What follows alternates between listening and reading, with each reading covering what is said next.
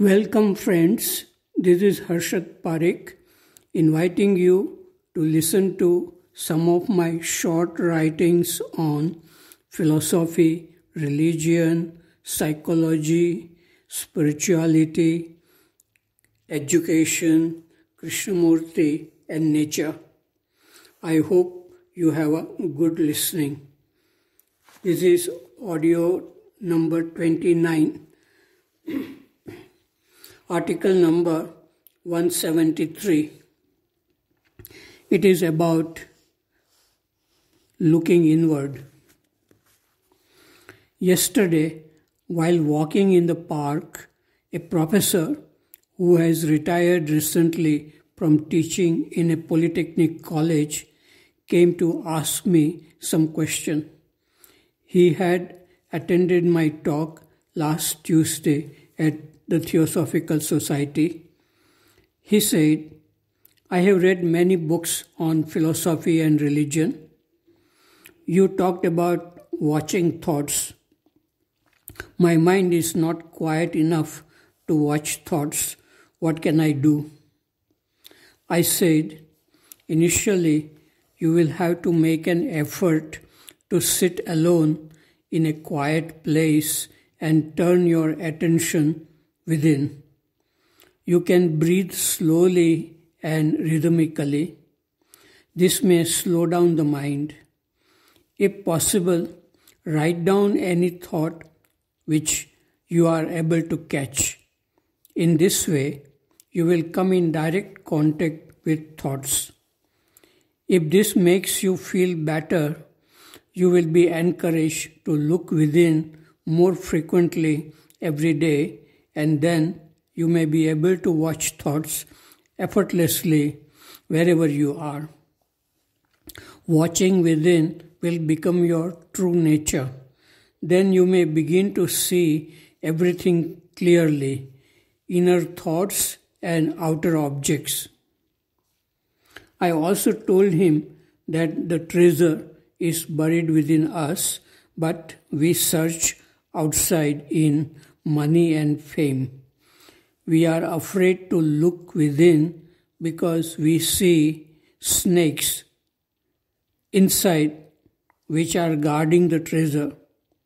We need to tame these snakes, make them our friends. Kam, Krodh, Lobh and Moh. That means lust, anger, greed and desires. They are the snakes.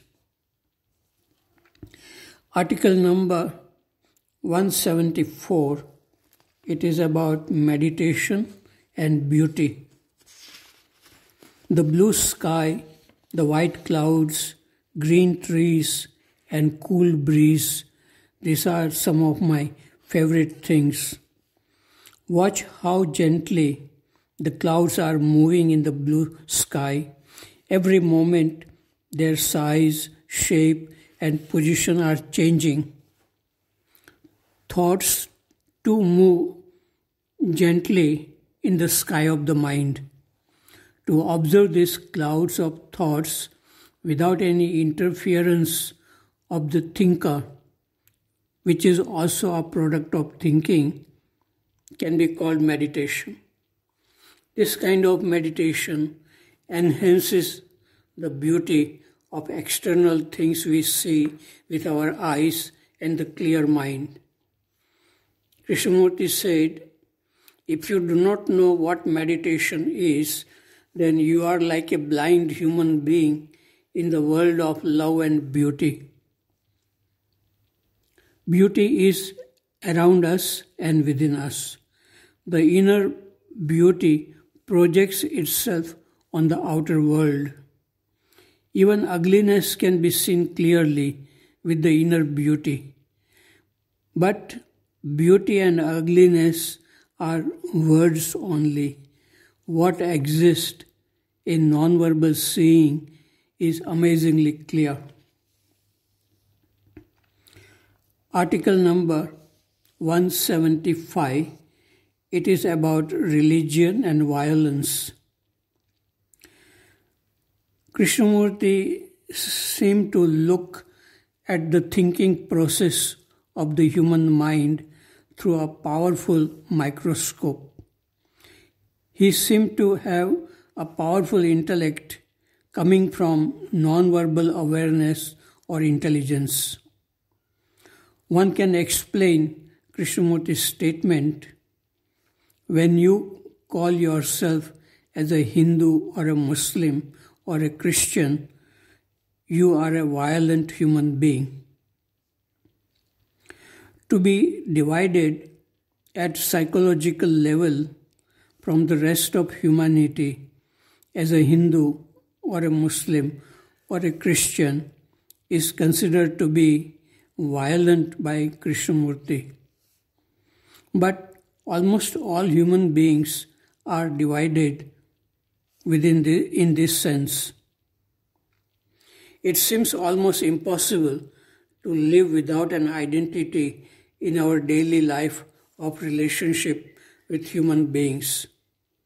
Though it may be possible for some human beings to feel no sense of self or ego during peaceful walks in nature away from the busy humanity.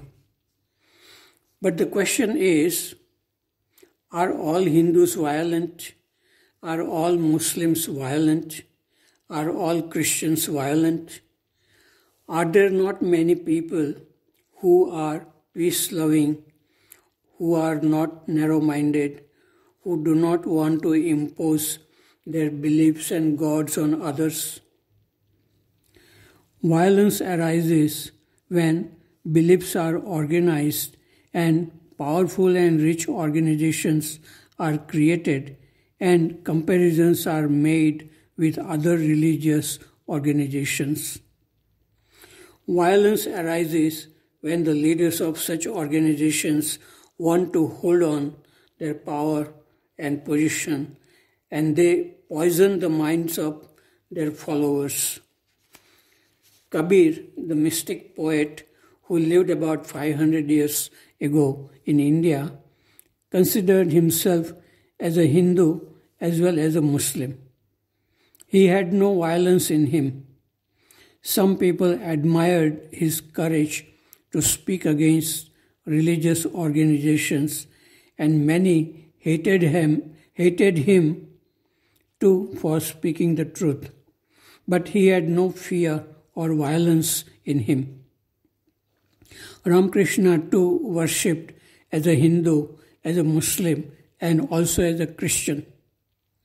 He too had no violence or fear in him. A human being who can look at the reality which exists below the words, symbols, and images created by the human mind cannot be violent. Article number 176. It is about Krishnamurti and sadhana.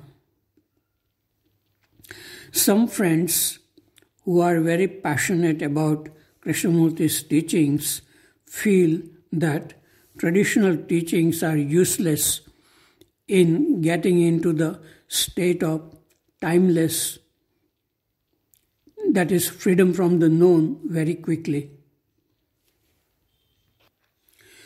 Traditional teachings encourage sadhana, which involves practicing some methods for many years. These friends repeat Krishnamurti's sentence, through time, that is, through methods and efforts, you cannot get into the timeless dimension. Logically, it sounds true, but there are errors and assumptions involved in this intellectual statement. People who are interested in Krishnamurti's teachings, don't they keep on repeating Krishnamurti's teachings, discussing, arguing, sometimes getting carried away by emotions in dialogues? They continue to read and discuss Krishnamurti's teachings for years. Is this not a sadhana too? Most people never come to the timeless dimension through dialogues. Some people even admitted to Krishnamurti that in spite of listening to him for many years, they were not free from fear, desire to be famous and powerful. There was no freedom from conflicts with others who also claimed to be interested in Krishnamurti's teachings. There are people who understand Krishnamurti's teachings very quickly, and then they do not need to read books and discuss and propagate the teachings. Some people take more time to understand and to be free from their own problems. And some people may understand intellectually Krishnamurti's teachings but remain confused in their relationship with people in the daily life of activities at home and in families. At one time, Krishnamurti himself said that his teachings are dangerous. If one can understand the teachings intellectually but cannot live that way, there would be more conflicts in his life. Some people even told me that they have made a mistake in reading Krishnamurti's books. Now they have more conflicts in their life. Krishnamurti himself felt that very few people really understood what he was talking about. He felt that no one had fundamentally changed, though he spoke for more than 50 years about instantaneous perception of truth. Sadhana will continue in the lives of people who are attracted to Krishnamurti's teachings, and if some of them really come to that timeless dimension, they will have no need to make any effort to be what they are. Until then, their sadhana will continue in the form of reading, discussing, meditating on his words, etc. Article number 177. It is about confusion. Once after Krishnamurti's talk in California, I heard a man saying to his friend, "In every sentence of Krishnamurti, there is contradiction." But I felt that what Krishnamurti was saying was simple, clear, and true. So I wonder if simplicity and complexity are outside or within ourselves. A confused person, whatever he does, will produce more confusion. So, is there any way out for a person who feels conflicts and contradictions everywhere?